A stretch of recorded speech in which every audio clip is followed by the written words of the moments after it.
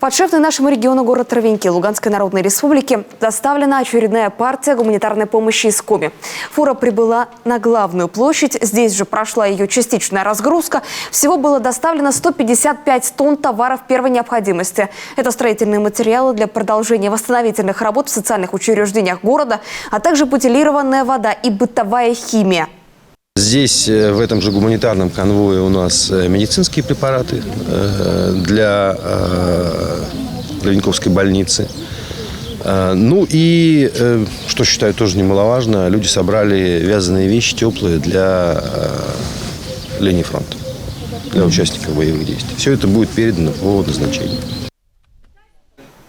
После разгрузка продолжилась у Дворца культуры имени Горького. В рамках акции «Книги Донбассу» жители Коми собрали и передали в Ровеньки 3000 экземпляров художественной литературы. Это весомая помощь для обновления библиотечных фондов учреждений образования. Доставлены в город также учебники и методические пособия для педагогов.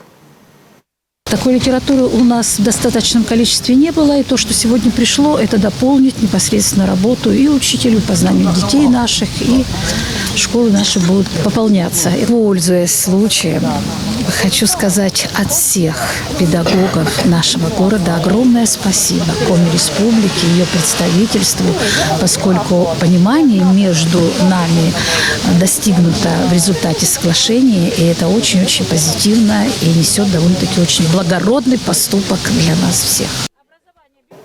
Это не последний гуманитарный груз от Коми. В октябре ожидается доставка помощи для медицинских учреждений, а именно специализированных кроватей, матрацев и другого оборудования. В администрации города Ровеньки отметили, поддержка Республики Коми сегодня особенно важна для всех жителей города.